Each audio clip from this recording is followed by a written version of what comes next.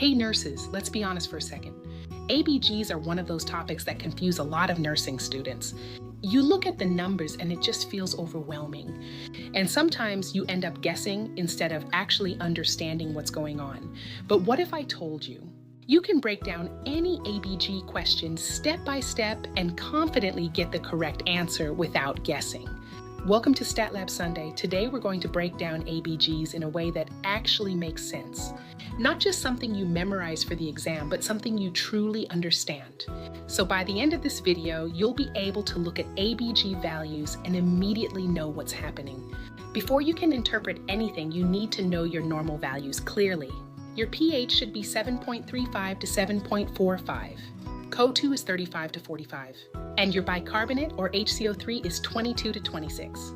These numbers are your foundation. If you don't know what's normal, you won't recognize what's abnormal. Step 1, always start with the pH. This tells you the overall condition of the patient. If the pH is below 7.35, that means the patient is in acidosis. If the pH is above 7.45, that means the patient is in alkalosis. So the pH answers one key question. What is the problem? Step 2, now look at the CO2, and here's what you need to remember. CO2 is acidic, so when CO2 levels go up, the body becomes more acidic.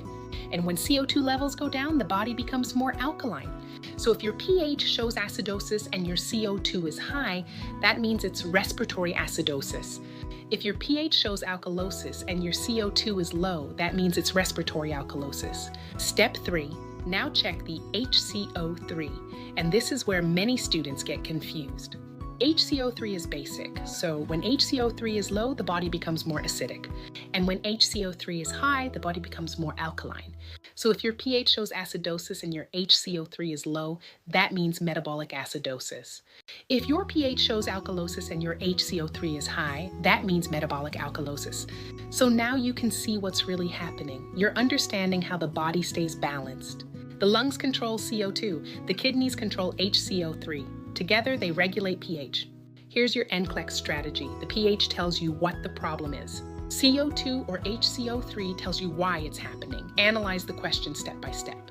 Simple way to remember this, ROME, respiratory opposite, metabolic equal. This is where you move from memorizing to thinking like a nurse. Ask yourself, is this a lung problem or is this a metabolic problem? That's how you approach exams. So let's bring everything together. Check the pH first, then check CO2, then check HCO3. And that's how you break down ABGs. Pass your next exam using RN and LVN Refresher online help.